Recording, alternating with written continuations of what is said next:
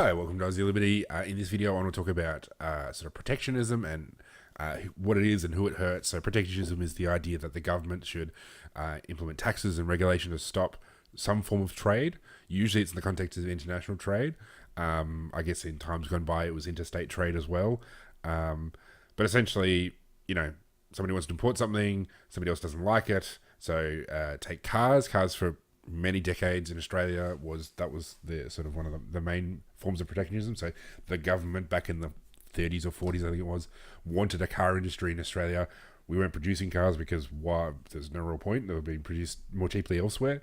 And so to facilitate a car industry, essentially they heavily taxed any imported cars. So basically the only way you get an affordable car was to buy it in Australia, buy an Australian made car.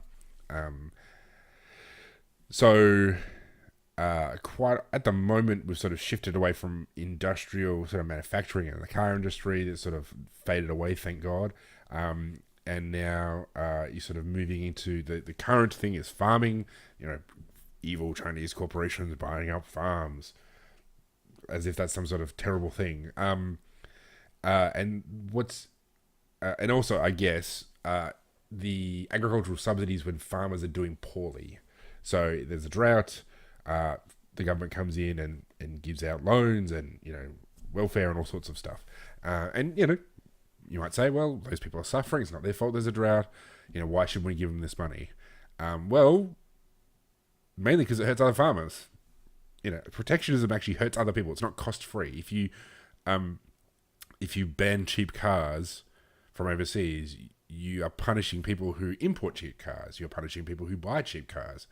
In the case of agricultural subsidies, when you give money, cheap loans to people who would go out of business because of a drought, you're punishing farmers that save for when a drought comes. You punish farmers who are on land that is better. You punish farmers, who would benefit from their competitors going out of business. And so you need to think, when you really think, okay, I want to help this group of people, you need to think, who am I going to hurt by doing this?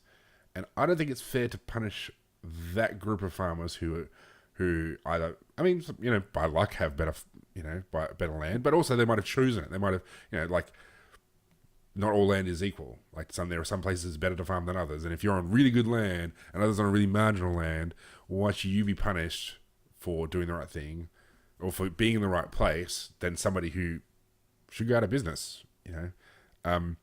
Or as a retail worker, I don't get a bailout when the retail trade goes down. If my job gets replaced with a machine, I'm not going to see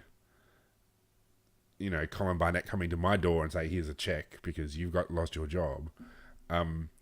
So not only does protectionism punish one group of people at the expense of, for the benefit of others, it's also based on who's got more political power, who's got a better connection to the political system. And I really don't think people want that. If you think, okay, we're going to help these group of farmers, but at the cost, we're going to punish these other people and we're going to corrupt the political system. In my view, I think most people would think that's a bad idea. Do we really want to corrupt politics with special interests? I think that's something that bothers everybody all the time. They're always worried about special interests. Well, whenever you give out free money, that's coming because of they've got political sway that others don't. So,